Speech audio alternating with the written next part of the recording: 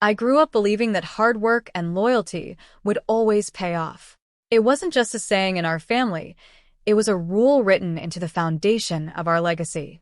My grandfather, Michael, started our family business, a real estate company that transformed from a modest endeavor into a regional powerhouse. He'd built it brick by brick, dragging his three sons into the fold as soon as they were old enough to hold a hammer or calculate property taxes. My father, also named Michael, followed in his footsteps and poured everything into that business, his energy, his time, his health. When he passed away 5 years ago, I promised myself I'd honor his dream. I had no idea the dream wasn't mine to keep. Daniel, my eldest uncle, took over as CEO after my father's death. He had always been the authoritative one, the eldest sibling who wielded power like it was his birthright. That left me. Jessica Michelson, the granddaughter who had worked her way up from the mailroom during summer breaks, sacrificing weekends, holidays, and even relationships to prove my worth. I thought I was next in line for something substantial, something meaningful, a partnership at the very least. My father had always said I was the future of the company. Turns out, promises whispered in hospital rooms don't carry much weight in boardrooms. I learned the truth during what I thought was going to be a celebratory dinner. Daniel had called a family meeting at his estate, the kind of grandiose property that screamed success to the world. As I sat there, sipping overpriced wine and listening to Daniel drone on about the company's exciting future, the rug was pulled from under me. Ryan, Daniel's son, was being groomed to take over. Ryan. The same Ryan who had spent more time Instagramming his gym routines than understanding the first thing about real estate. I felt the heat rise to my face as Daniel went on about preserving the family legacy. Wasn't I part of the family? Hadn't I earned my place through years of sweat and sacrifice? Yet, none of that mattered. In Daniel's world, bloodlines trumped merit, and his son, inexperienced, arrogant, and completely uninterested in the business, was somehow the chosen one. It was like being slapped in the face, except the sting didn't fade. After the dinner, I confronted Daniel privately. I reminded him of my contributions, of my father's wishes. He didn't deny my efforts, but his patronizing tone made it clear that my place was, and always would be, secondary. He dismissed me with a vague reassurance that there'd still be a role for me, as if I was supposed to be grateful for the scraps falling off the table. It wasn't just insulting, it was infuriating. The worst part wasn't even Daniel's betrayal. It was my mother, Rebecca, who remained silent. She'd always been a steady presence in my life, offering wisdom and encouragement. Yet, when I turned to her for support, hoping she'd step in and remind Daniel of my father's vision, she hesitated. Her response was maddeningly diplomatic, almost as if she didn't want to rock the boat. I couldn't understand it. My father's wishes had been crystal clear, and yet she seemed content to let them be overridden by Daniel's ambition. Everywhere I turned, there were whispers of justification. Daniel's decision was about the optics of continuity, they said. Ryan represented the next generation. It didn't matter that his knowledge of real estate ended at flipping through glossy brochures. It didn't matter that I'd dedicated over a decade of my life to the company. None of it mattered. I started noticing other cracks in the family's facade. Conversations grew strained, especially with my mother. She insisted she was trying to mediate, but never seemed to take a firm stance. It became clear that she was walking on eggshells around Daniel, as if she feared alienating him. But what about me? Didn't I deserve her loyalty? The final straw came when Daniel officially announced Ryan's new position at a company event. It was supposed to be a moment of celebration, but all I could feel was anger and humiliation. The applause around me felt like mockery. I realized then that my role in the company, in the family, had been reduced to a mere formality. They wanted me to stay on, to work tirelessly, but without any real authority or recognition. As I stood there, clapping half-heartedly for Ryan, I made a decision. If they were going to overlook me, I wouldn't go quietly. My father had taught me to fight for what was right, and I wasn't about to let his dream be tarnished by favoritism and nepotism. This wasn't just about a title or a position. It was about respect, justice, and reclaiming my worth. The morning after Daniel's grand announcement, I woke up feeling the weight of defeat, but it wasn't the kind that immobilized me. Instead, it stirred something sharper, a determination to act, even if I didn't yet know how. I couldn't sit idly by while everything I'd worked for was handed to someone who had done nothing to earn it. If Daniel wanted a fight, I was ready to give him one. I started with a call. It wasn't planned or rehearsed. I just dialed Daniel's number, half hoping he wouldn't pick up. But he did. My voice shook as I questioned his decision to promote Ryan, laying out everything I'd done for the company. Daniel's tone was infuriatingly calm, as if he'd been expecting this. He rattled off generic justifications about Ryan representing the future and maintaining the family's image, dismissing my concerns with the same patronizing air he'd used before. He assured me there would still be a place for me in the company, but his words felt hollow, like a consolation prize handed out to a child. Hanging up, I realized that Daniel wasn't going to budge. He'd made his choice, and nothing I said would change his mind. The frustration gnawed at me, but I couldn't let it consume me. I needed a plan, something that would not only secure my future, but also make it clear I wasn't someone to be overlooked. Rebecca noticed my turmoil and tried to intervene. She suggested taking legal action, reminding me that my father's will had implied a role for me in the company's future. But the thought of dragging my family into a courtroom felt wrong. It wasn't just the potential fallout. It was the idea of airing our dirty laundry for the world to see. Besides, legal battles took time and I needed a solution now. Rebecca's well-meaning advice only deepened my frustration, highlighting how isolated I felt within my own family. That's when I thought of Ethan, the estranged uncle, the family's black sheep. Growing up, I'd only heard whispers about his falling out with Daniel and my grandfather. There were rumors of a scandal, but no one ever gave me a straight answer. All I knew was that Ethan had started his own real estate company years ago, and that our family treated him like he didn't exist.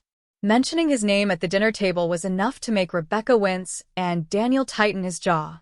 But now, the idea of reaching out to him didn't feel so far-fetched. If anyone understood what it was like to be cast aside by this family, it was Ethan. Finding his contact information wasn't difficult. A quick search online led me to a professional-looking website for his company, complete with a Contact Us form.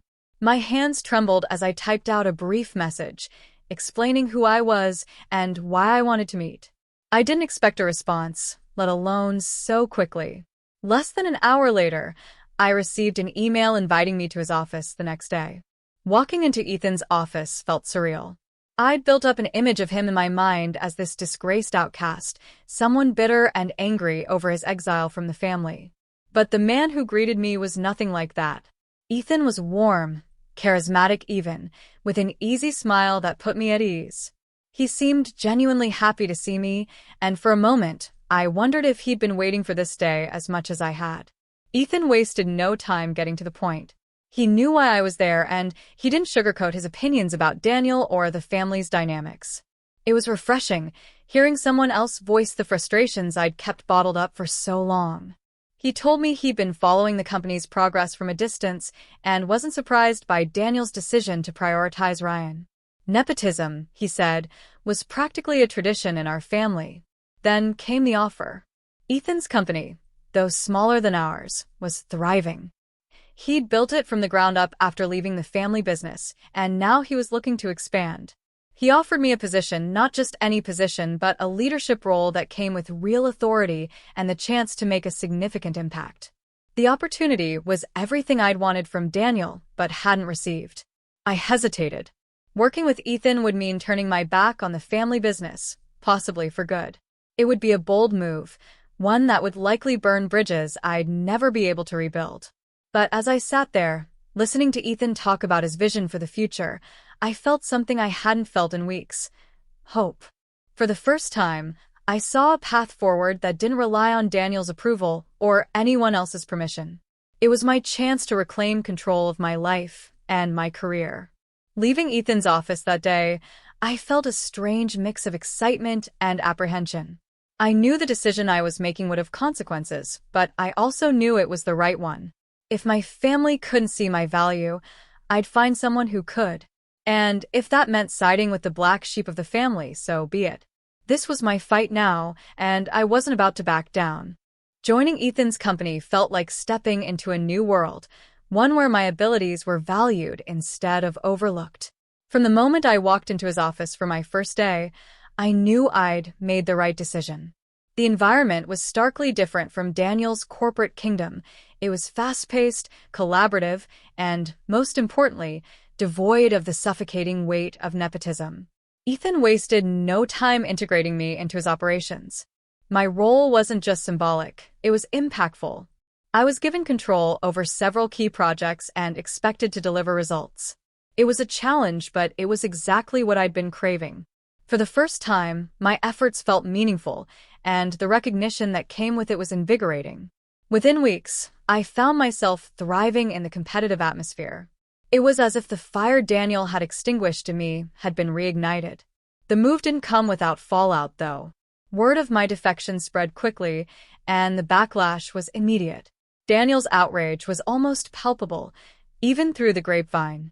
Employees from his company began reaching out, curious about my reasons for leaving and intrigued by what Ethan's company had to offer. It didn't take long for few of them to follow my lead. Seeing familiar faces join me at Ethan's firm was a bittersweet victory. On one hand, it validated my decision. On the other, it deepened the rift within the family. Daniel's anger was predictable, but the silence from Rebecca stung the most. She didn't call, didn't text, didn't reach out in any way. I'd expected disappointment or even a reprimand, but her absence spoke volumes. It was as if she was choosing to distance herself from the conflict entirely. That detachment left me feeling more isolated than ever, and it raised questions I couldn't ignore. What was holding her back? Why wouldn't she defend me, even now? Ethan, on the other hand, was surprisingly forthcoming about his own history with the family. Over late-night strategy sessions and coffee-fueled discussions, he began to share snippets of the events that had led to his estrangement. He spoke of power struggles with Daniel and differences in vision for the company, but there was a glaring omission: Rebecca. Every time her name came up, Ethan would pivot or fall silent, as if there was something he wasn't ready to share. His reluctance only fueled my curiosity. What role had my mother played in his departure? And why was he so hesitant to talk about it? The more I settled into my new role, the clearer it became that I disrupted more than just the family's expectations. I was causing ripples, and not everyone was happy about it. Daniel's grip on the company was slipping as employees defected, and the tension within the family was reaching a boiling point. Even Ryan, who had been so smugly confident in his new role, seemed rattled by the changes. It was almost poetic, watching the cracks form in the facade they'd worked so hard to maintain. Amidst all this, Rebecca's warning came unexpectedly. It was a short, cryptic message delivered through a mutual acquaintance. "Tell Jessica to tread carefully." No explanation, no context, just those 3 words. It left me reeling. Was it a threat? A plea? Or something else entirely? The ambiguity gnawed at me, and the questions it raised were impossible to ignore. Why would my own mother warn me to be cautious? And what did she know that I didn't? I couldn't shake the feeling that there was more at play here, something deeper and more complicated than a simple power struggle. Ethan's evasiveness about Rebecca only added to the mystery, and I found myself torn between pushing for answers and focusing on my new path. The tension was maddening, but it also drove me to work harder, to prove that I could succeed despite the chaos surrounding me. As the weeks went on, the lines between ally and adversary blurred. Ethan's support was unwavering, but his secrecy about the past kept me on edge. Rebecca's distance was painful, but her cryptic warning hinted at a protectiveness I hadn't expected. And Daniel's escalating hostility was both a challenge and a reminder of why I'd left in the first place. Each interaction, each decision, felt like a step deeper into a labyrinth I wasn't sure I'd be able to navigate alone. Sitting across from Ethan during dinner, I couldn't shake the sense that something significant was coming. There was a weight in the air, a tension that felt heavier than our usual conversations about work or the family. Ethan's demeanor was different too. He was quieter, more reflective, as if he were bracing himself for something. It wasn't until halfway through the meal that he finally started to talk, and the words that followed changed everything I thought I knew about my family. He began with the backstory I'd heard bits and pieces of before, his fallout with Daniel and the rift that had grown wider over the years. But then he shifted focus, touching on a subject he'd always avoided, Rebecca. The change in his tone was subtle, but it was enough to make me sit up and pay attention. He spoke of her with a mix of bitterness and sadness, describing a time when she wasn't the composed matriarch I'd always known. Ethan revealed that years ago, when my father Michael was still alive, Rebecca had approached him in a way that went beyond family boundaries. At first, he'd thought it was a misunderstanding, an overstep fueled by stress. But as her advances grew bolder, it became clear that her intentions were far from innocent. Ethan, wanting to avoid a scandal, had tried to distance himself, but Rebecca hadn't taken the rejection well. What happened next left me reeling. According to Ethan, Rebecca had fabricated a story to protect herself when Michael discovered them together. She painted Ethan as the aggressor, twisting the narrative to ensure she came out unscathed. The fallout was immediate and devastating. Ethan was ostracized, his reputation within the family destroyed. Michael's trust in him evaporated, and Daniel, ever the opportunist, used the situation to solidify his own position as the heir apparent. By the time the dust settled, Ethan was left with no choice but to leave the family business and start over on his own. I sat there, stunned, as Ethan's words sank in.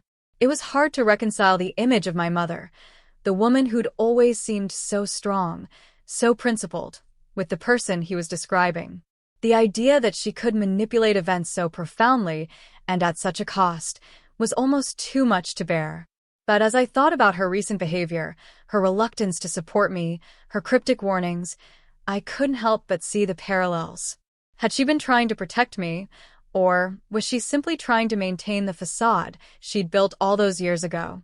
The revelation left me grappling with a mix of emotions I couldn't easily untangle. There was anger, of course, anger at Rebecca for her betrayal, at Daniel for exploiting the situation, and at the family as a whole for letting it happen. But there was also a deep sadness, a sense of loss for the image of my mother I'd held onto for so long. It felt like a piece of my foundation had been ripped away, leaving me unsteady and unsure of where to stand.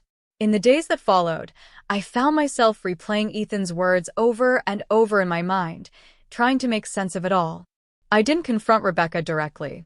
Part of me wanted to, but another part knew it wouldn't change anything. Her silence after the revelation felt like an admission of guilt, and I wasn't sure I was ready to face what that meant.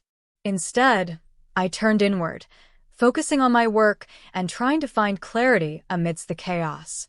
The more I thought about it, the more I saw the parallels between Ethan's situation and my own. We'd both been cast aside, our contributions minimized, our value overlooked.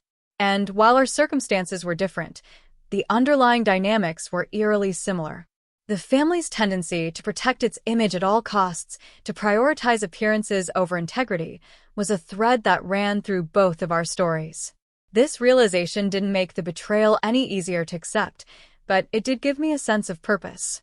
If nothing else, I wanted to break the cycle, to prove that it was possible to succeed on my own terms without resorting to the manipulation and deceit that seemed so ingrained in the family's history. It was a small comfort, but in that moment, it was enough to keep me moving forward. As I continued to navigate my new role at Ethan's company, I couldn't help but feel a growing sense of solidarity with him. His willingness to share his story, to be vulnerable in a way my family had always avoided, was a stark contrast to the walls Rebecca and Daniel had built around themselves. It wasn't just about business anymore. It was about reclaiming a sense of honesty and integrity that had been missing for far too long. Still, the road ahead felt uncertain. The weight of what I'd learned lingered, casting a shadow over every interaction with my family. But amidst the uncertainty, one thing was clear. I couldn't go back to the way things were. The truth, as painful as it was, had changed everything. And while I didn't know what the future held, I knew I had to face it head-on, no matter what. Working at Ethan's company became more than just a fresh start. It was a revelation. With each passing week, I found myself growing into a version of me I'd almost forgotten existed. The work was demanding, but it was also exhilarating, and for the first time in years, I felt like I was truly in control of my future. Ethan's trust in my abilities only fueled my determination, and soon enough, my efforts began to pay off. One of my proudest moments came when I successfully negotiated a deal with a high-profile client, a client who, until recently, had been one of Daniel's most loyal accounts. It wasn't just a win for the company, it was a personal victory, a tangible reminder that my skills and dedication were worth more than Daniel had ever acknowledged. And it wasn't an isolated success.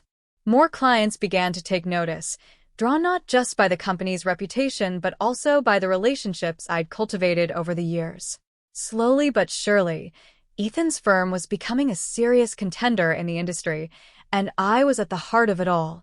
Meanwhile, back at Daniel's company, things weren't going as smoothly. Ryan, despite his enthusiasm, was floundering under the pressure of his new role. His lack of experience and overconfidence were starting to show, and even Daniel's unwavering support couldn't mask the cracks.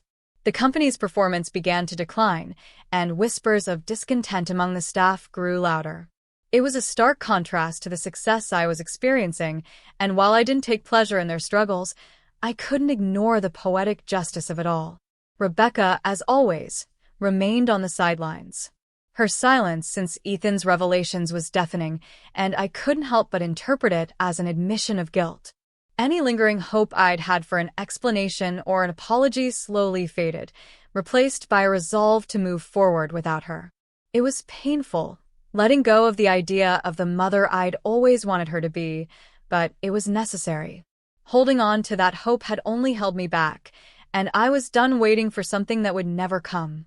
The decision to cut ties with Rebecca wasn't easy, but it was liberating. Without the weight of her approval hanging over me, I felt lighter, more focused. I poured everything I had into my work, channeling the hurt and frustration into something productive. And the results spoke for themselves. Ethan's company continued to thrive, and my role within it grew stronger with each passing day. I wasn't just surviving, I was succeeding on my own terms. Looking back, it was clear how much I'd changed. The Jessica who had once sought validation from her family was gone, replaced by someone who knew her worth and wasn't afraid to fight for it. The adversity I'd faced, the betrayals, the setbacks, the heartbreak, had shaped me, but they hadn't defined me. Instead, they'd given me the strength and clarity to build a life that was truly mine. As I stood in Ethan's office one evening, looking out at the city skyline, I felt a sense of peace I hadn't known in years. The road ahead was still uncertain, but for the first time, that uncertainty didn't scare me. It excited me. I knew there would be challenges, but I also knew I was capable of overcoming them. I wasn't just a part of the family legacy anymore. I was building my own. The fallout from my decisions continued to ripple through the family, but I no longer felt bound by their expectations. Daniel's company struggled to regain its footing, and Ryan's missteps became harder to ignore. Ethan's firm, on the other hand, was thriving, and I was proud to be a part of its success. It wasn't about revenge or proving anyone wrong anymore. It was about proving myself right. In the end, I realized that the real victory wasn't in the deals I closed or the clients I won over. It was in reclaiming my voice, my confidence, and my sense of purpose. The challenges I'd faced had tested me in ways I never could have anticipated, but they'd also given me the tools to move forward. And as I took those first steps into this new chapter of my life, I knew I was exactly where I was meant to be.